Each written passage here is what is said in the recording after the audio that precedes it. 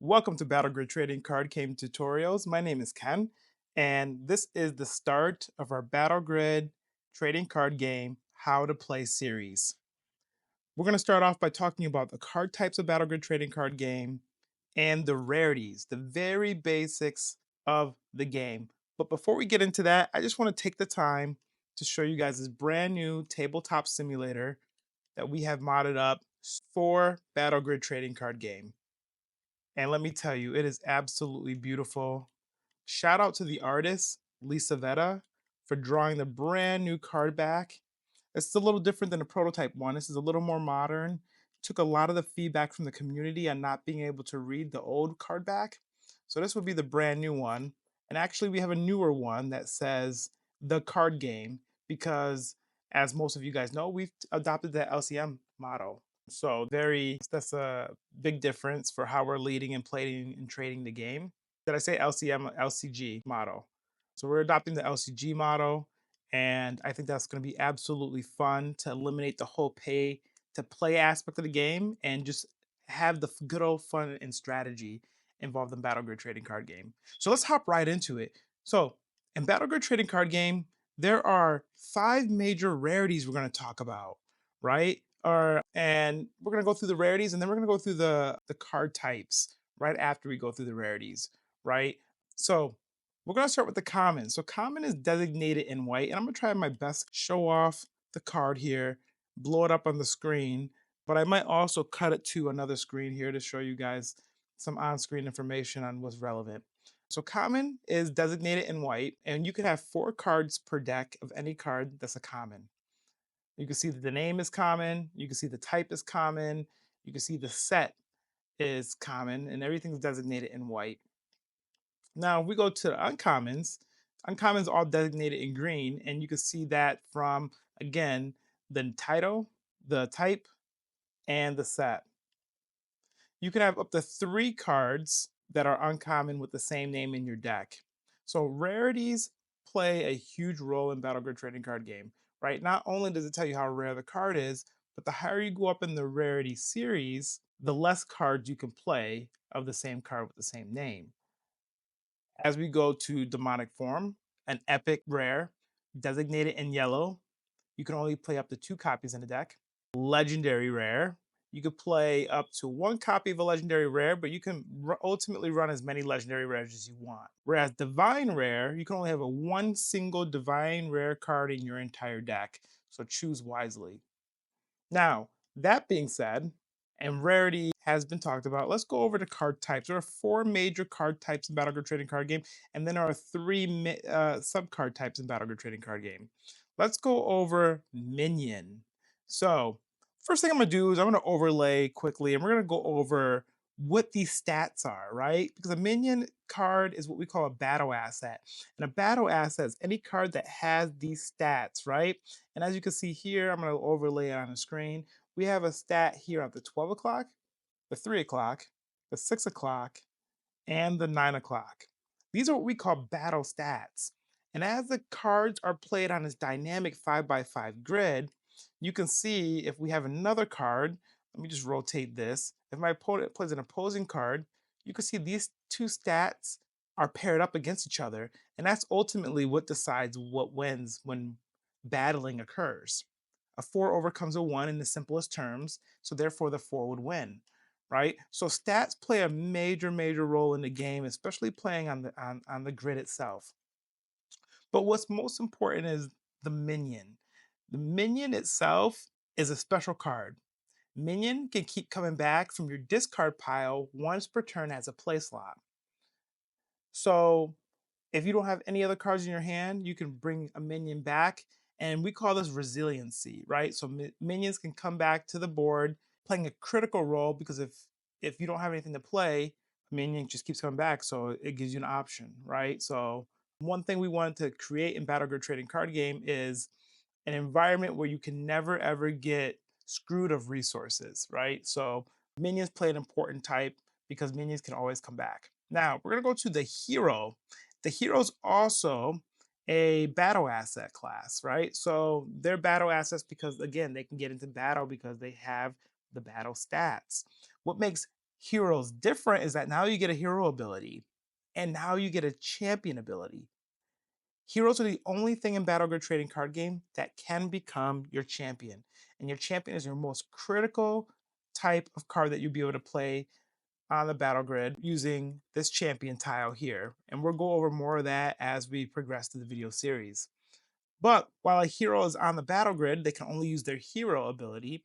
And while they're your champion, they can only use their champion ability.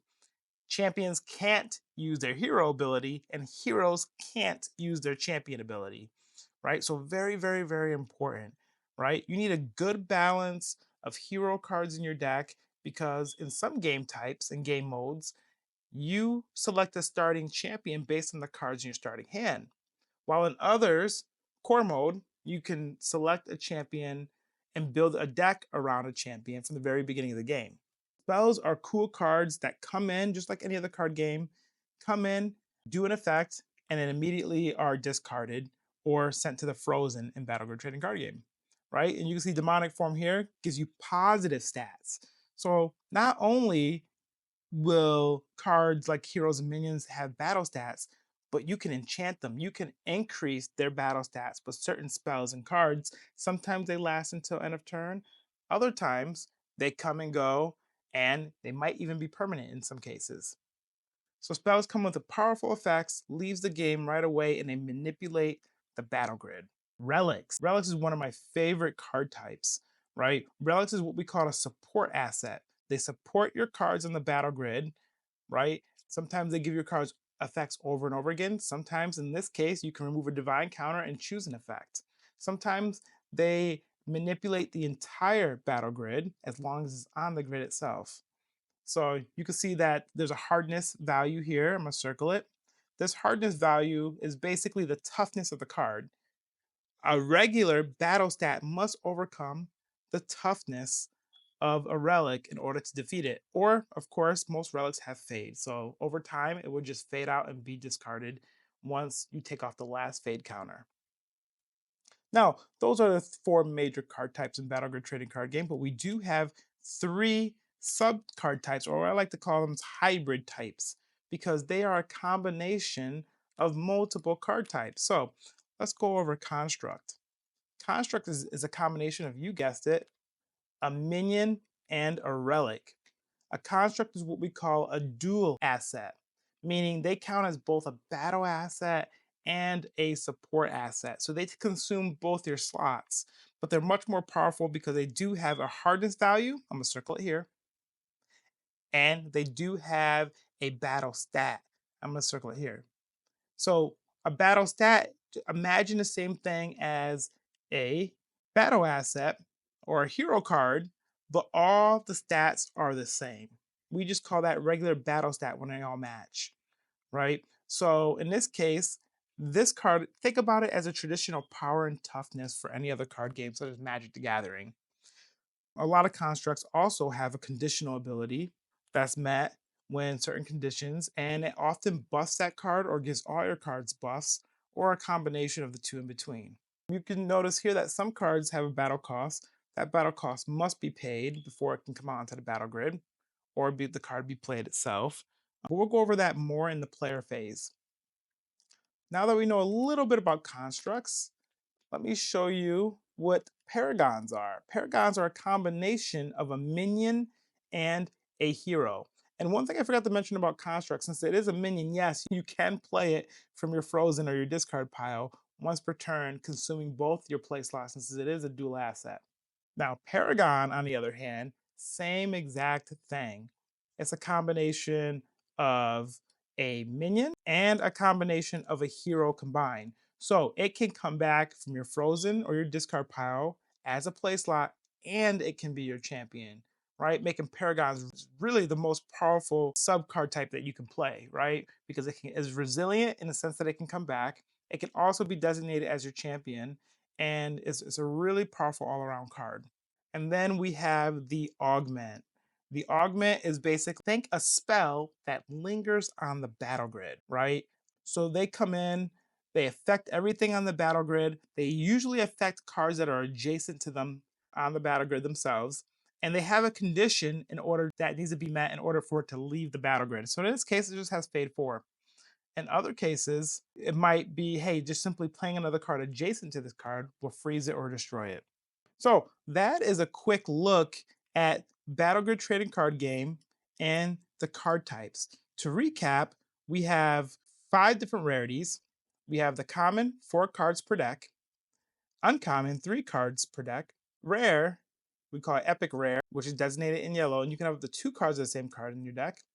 Legendary is 1 card, and then you can only have 1 divine card in your entire deck. And then likewise, we got the minion. They keep coming back. Play a good mix of these cards that keep having a good board presence.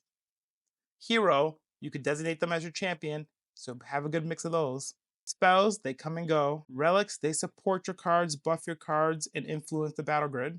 Constructs, very powerful combinations of minion and relics together, but they consume both your slots. Paragon, a minion and a hero together. Wow, best of both worlds, love it.